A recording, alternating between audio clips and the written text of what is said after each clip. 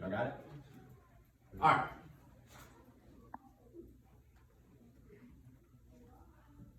All right, guys. So we're talking about the Articles of Confederation and how the Articles of Confederation led to the Constitution.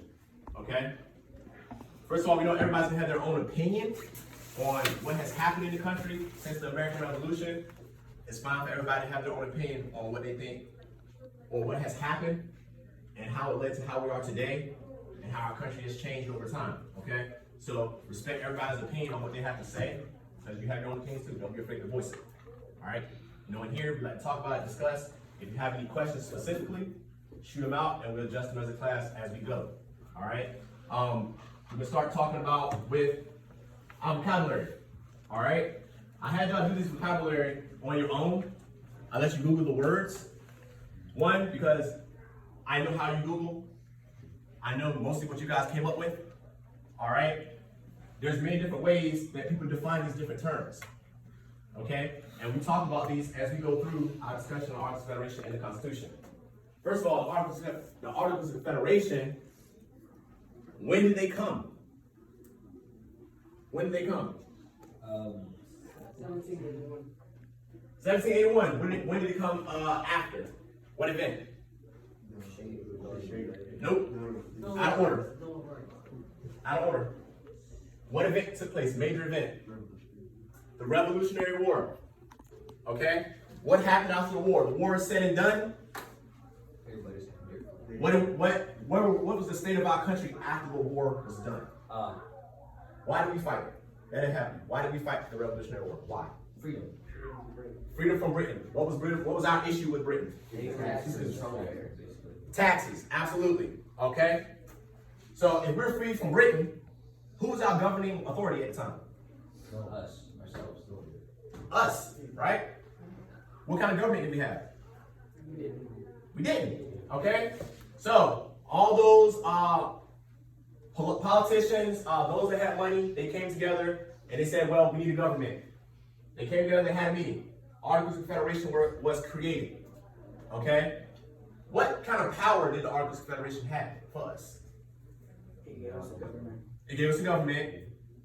Was it a solid government? No. How do we know that? They couldn't enforce laws and couldn't tax it. So there's a bunch of different weaknesses. Also, do we still have that today? Yes. No. Weaknesses Yeah, of government? but it's a lot stronger. What kind of government do we have today? What the Articles of Confederation is what? What is it? What is the Articles of Confederation? Simply put, it's the what document of our country? The first official government document, governing document of our country for the government. What do we use now? Constitution. The Constitution. Obviously, right? Yeah. All right. So did it work? Yeah. Yeah. Did the Articles of Confederation work? No, they failed. All right. What's some of the reasons that it failed? What's some of the weaknesses? Why is it so weak? First of all, why was it so weak? We had no money and we couldn't enforce anything. The economy just went downhill. Hold on. Ariel, do you know? The taxes, because, Come back to you. Great. Go for it. the reason why we had a weak government is because we didn't want to be like Britain. We didn't want to be like Britain. All right. Everything that Britain did to us. What was the major issue with Britain? Taxes, and we didn't have any say in it, right? So we created a government that did the opposite, correct? Yes. All right. So what was weak about the Articles of Confederation? What made it weak? You couldn't enforce anything. They didn't have any power to enforce anything. The government had no money. All right. So going through our vocabulary, Articles of Confederation, the first government document establishing our government, the Bill of Rights. The Bill of Rights is the first 10 what? Amendments. Amendments. Where did the Bill of Rights come from? George Washington. What is it, Isaiah? Is it? It come from where? No, are you sure? All right. He says the Articles of Confederation. Okay? Is that true? The Bill of Rights came from the Articles of Confederation. Yeah. Yes. All right. The preamble. What is the preamble? The preamble. It's the first paragraph of the Constitution. Anybody remember the first three words? We the people. We the people. It's not I, and it's not the government, right? We the people, okay? This one I gave you guys, because I want to be very specific. Shays Rebellion. What's the significance of Shays Rebellion? Josh? It showed that the U.S. government at the time had no power and that needed to change. Okay, so what was the problem? What is Shays Rebellion? What's the problem? What? I know it looks like I'll put a lot here. Let's shorten it down. What's the problem, simply put, that Shays Rebellion?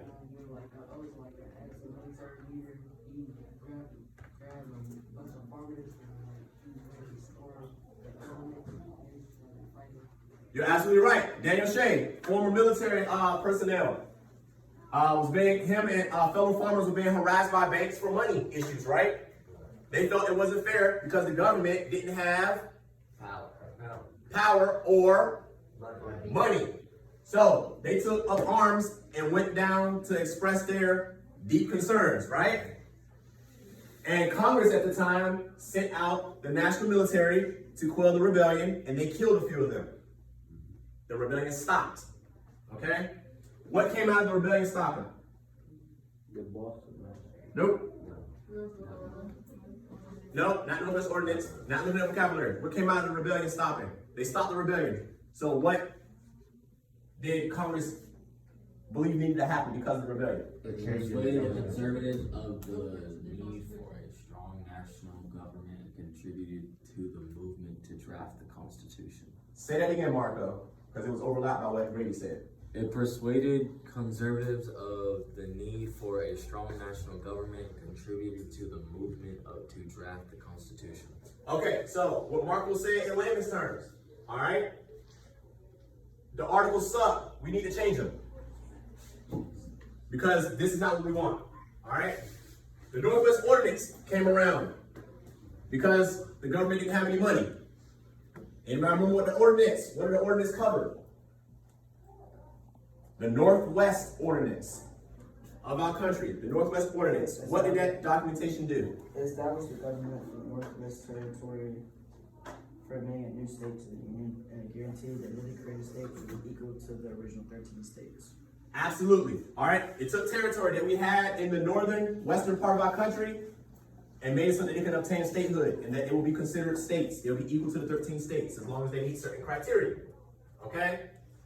All right. Tariff. What's the tariff? Tax on trading. All right? Separation of powers. What's the separation of powers used for? What is it? Division. It was a vision. Josh, what was it? Is that the checks and balances that didn't allow one part of the government to make major decisions? Yes. All right. One part of the government. What's the three parts? The legislative. All right. Legislative. How many parts did it have? 2. Okay. Anybody remember what they are? Isaiah? Senate and House of Representatives. Okay. Executive branch. Whose branch is that? President. What's the easiest way to remember that? C. What's an executive? Anybody heard that term before? Yeah. Leader of a company, right? All right. So the president is who? The main man. He's the leader of the United States. He's the business face of our country. All right. What's the third branch? Judicial. Who's in charge of that? Judge. Supreme Court. What's the easy way to remember that? When you look at the word, the first 3 letters are what? J-U-D, right? What other word is that part of? Judges. Okay? Popular sovereignty. Popular sovereignty is the people. The people have control of what's going on in the government. It's not as simple as I said you do it, I said and you do it. It's our influence on what the government does.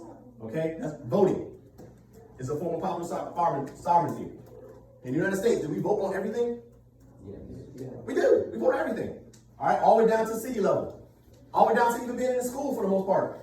All right? Your principal, if there's a major change that he thinks the school wants to go through, y'all heard the SIT team? Yeah. They have a meeting. The SIT team represents us as a whole, as a school, from different age, from different grade levels and everything, then have a vote. Yeah, we think that'd be great for our school. I need to have a conversation with them. That's what they're there for. All right. Then the Great Compromise. It was the final plan for like the government. It was pretty much the US. The final plan for development of US. Constitution. All right. Also known as what? The Connecticut Plan. Good job. All right. So, like I said, we're gonna move over.